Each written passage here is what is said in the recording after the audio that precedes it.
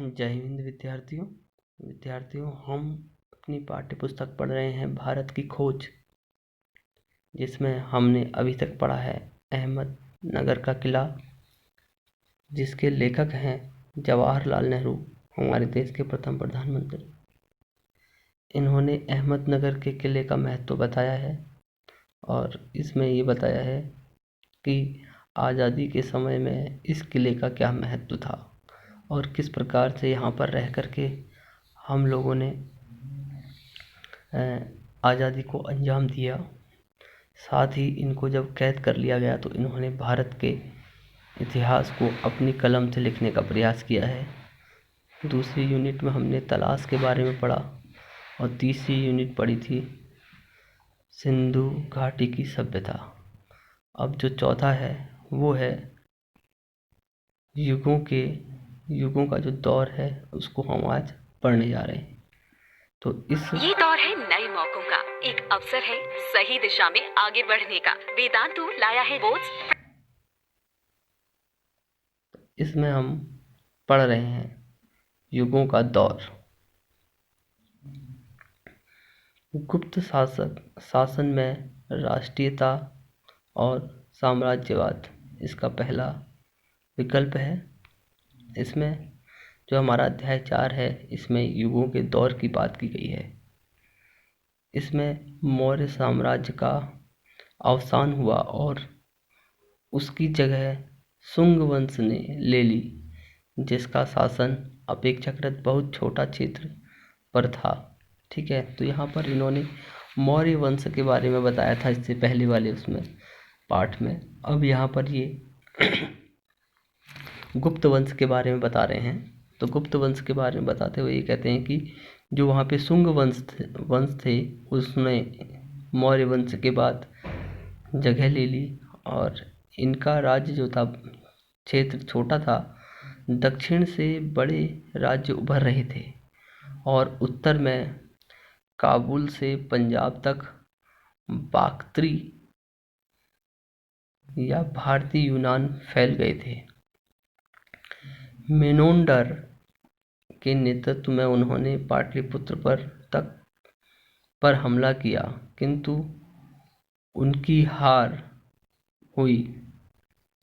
खुद मेनान्डर पर भारतीय चेतना और वातावरण का प्रभाव पड़ा। तो यहाँ पर इन्होंने गुप्त वंश की राष्ट्रीयता और साम्राज्यवाद का बारे में बताया गया है। तो मेनान्डर ने किस तरीके से हमला किया और वो हार गए, क्योंकि पाटलिपुत्र बहुत ही शक्तिशाली राज्य में था। वह बौद्ध हो गया, फिर उसके बाद वो बौद्ध हो गया। वह राजा मिलिंद के नाम से प्रसिद्ध हुआ। बौद्ध आख्यानों में उसकी लोक प्रसिद्धि लगभग एक संत के रूप में हुई। भारतीय और यूनानी संस्कृति के मेल में अफगानिस्तान और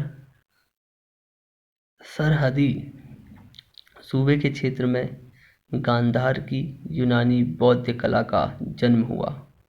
तो यहाँ पर कि जिस कला के बारे में ये बताना चाह रहे हैं वो क्या है, ये आप देख सकते हैं। हिंदी यूनानी शासक मेनान्डर का एक सिक्का, जिस सिक्के में हम समझ सकते हैं कि उस समय ये सिक्के चले और इन सिक्कों से हमारे देश की अर्थव्यवस्था चल रही थी।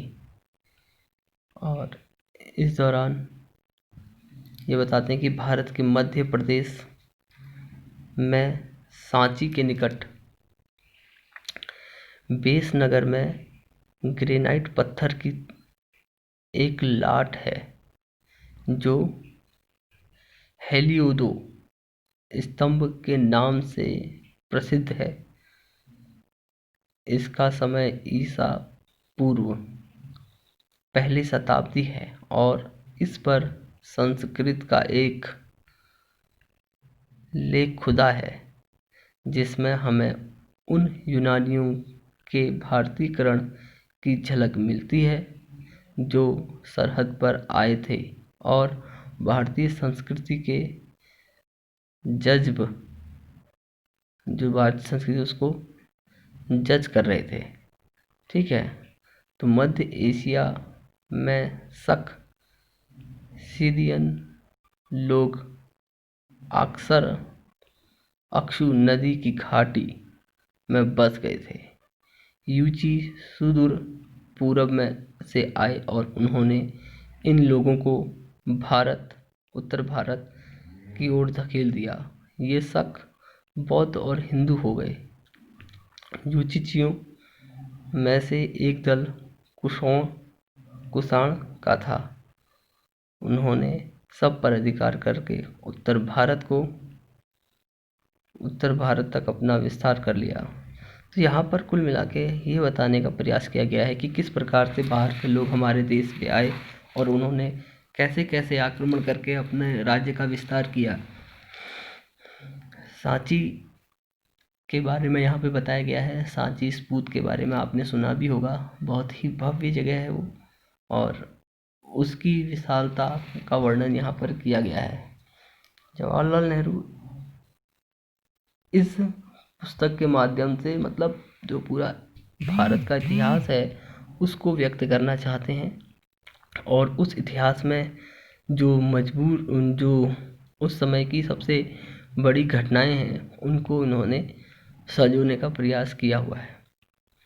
ये कहते हैं कि कठियावाड़ा और दक्षिण की ओर चले गए थे ये लोग, और जो कुषाण थे उन्होंने यहाँ पर अच्छा खासा राज्य स्थापित करने का पूरा प्रबंध किया, और किया भी उन्होंने। इन्होंने बौद्ध धर्म को अपनाया,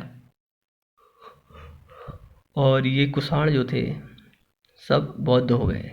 इनके प्रसिद्ध शासक थे कनिष्क, जिन्होंने इनको जो बौद्ध कथाओं का नायक भी कहा जाता है। उसके बावजूद यहाँ राज्य धर्म का स्वरूप कुछ मिला जुला है, और बौद्धों की संस्कृति और अन्य लोगों की संस्कृति मिली जुली संस्कृति हमें मिलती है। तक्षशिला के बारे में बताया गया है इन्होंने कि यहाँ पर यह सरहदी सूबा कुषाण साम्राज्य कहलाया था, और उनकी राजधानी आधुनिक पेशावर के निकट थी। जो आज के टाइम में जो पेशावर जगह है उसके निकट पर थी, और उसका नाम था तक्षशिला, और तक्षशिला का पुराना जो विश्वविद्यालय भी है उसके ही निकट था। यह बहुत ही राष्ट्रों से आने वाले लोगों के मिलने का स्थान बन गया था। यहाँ भारतीयों की मुलाकात सीदियनों, यूइचियों, ईरानियों, बाख्तरी यूनानियों, तुर्की और चीनियों से होती थी। वे विभिन्न संस्कृतियाँ एक दूसरे को प्रभावित करती थी, और इसके परिणाम स्वरूप जो वहाँ पे मूर्ति कला है, चित्रकला है, इसका एक अलग ही रूप उभर करके सामने आया। और यहाँ पे बताते हैं कि 64वीं ईस्वी में जहाँ चीनी राजदूत आए, उस समय चीन से भारत को तोहफा जो मिला उसमें आड़ू और नाशपाती के पेड़ थे। गोबी रेगिस्तान के ठीक किनारे किनारे तुर्कान और कूचा में भारतीय, चीनी और ईरानी संस्कृतियों के अद्भुत मेल है।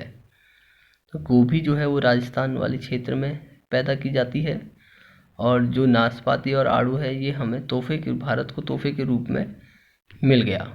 ठीक है, तो इस तरीके से यहाँ पर फसलों का जो विस्तार हुआ उसके बारे में भी यहाँ पे बताया गया है। कुषाण काल में बौद्ध धर्म का कई संप्रदायों में बौद्ध धर्म बट गया था, और ये जो दो संप्रदाय थे मुख्यतः वो कौन थे, एक महायान और दूसरा हीनयान। ठीक है, उन दोनों के बीच मतभेद खड़े हुए। भारतीय परंपराओं के अनुसार बड़ी बड़ी सभाओं में इन समस्याओं का विवाद आयोजित किया जाने लगा। इन बहसों में सारे देश के प्रतिनिधि भाग लेते थे। इन विवादों में एक सबसे अलग और विशिष्ट दिखाई पड़ता था, तो ये विवाद था, यह नाम था नागार्जुन का, और ऐसा ईस्वी की पहली शताब्दी में हुआ। उनका व्यक्तित्व बड़ा ही महान था। वे बौद्ध के और भारतीय संस्कृत दोनों के बड़े विद्वान थे। इसी कारण भारत में महायान की विजय हुई। महायान के ही सिद्धांतों का प्रचार चीन में हुआ, लंका और बर्मा में भी। वर्तमान श्रीलंका को म्यांमार हीनयान को मानते हैं।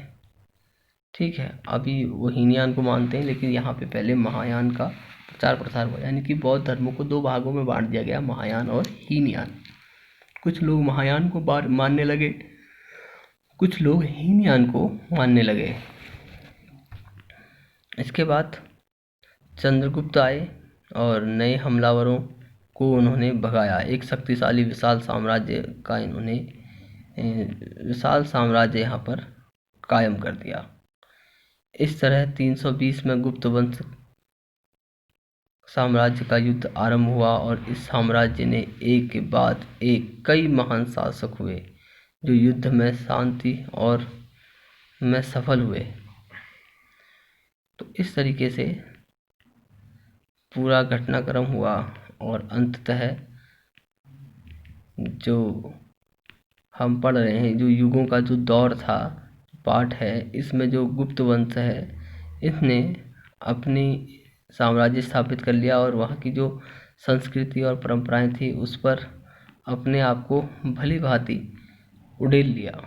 तो इस तरीके से हमने जाना कि गुप्त वंश का वहाँ पर साम्राज्य स्थापित हो गया। समुद्रगुप्त जो थे वो बीणा बजाते हुए, उनका एक सिक्का है जो बड़ा ही प्रचलित हुआ उस समय पर, और जिससे ये पता लगता है कि समुद्रगुप्त शायद संगीत के प्रेमी रहे होंगे। इसके बाद दक्षिण भारत के बारे में बताया गया है, लेकिन उन्होंने यहाँ पर ये बताने का प्रयास किया है कि जो हर्षवर्धन कवि और नाटककार थे, उसने अपने दरबार में बहुत से कलाकारों और कवियों को इकट्ठा किया और अपनी राजधानी उज्जैनी बनाई। ठीक है, और वहाँ पर उसको हर्ष की जब मृत्यु हुई 648 ईस्वी में, तो यह लगभग वह समय था जब अरब में रेगिस्तान अफ्रीका और एशिया में फैलाने के लिए इस्लाम सिर उठा रहा था। तब तक इस्लाम अभी आया नहीं था। तो ये है उस दौर की बात, युगों के दौर की बात। तो ये हमें पाठ समझ में आया होगा विद्यार्थियों। आज के लिए इतना ही। जय हिंद, जय भारत।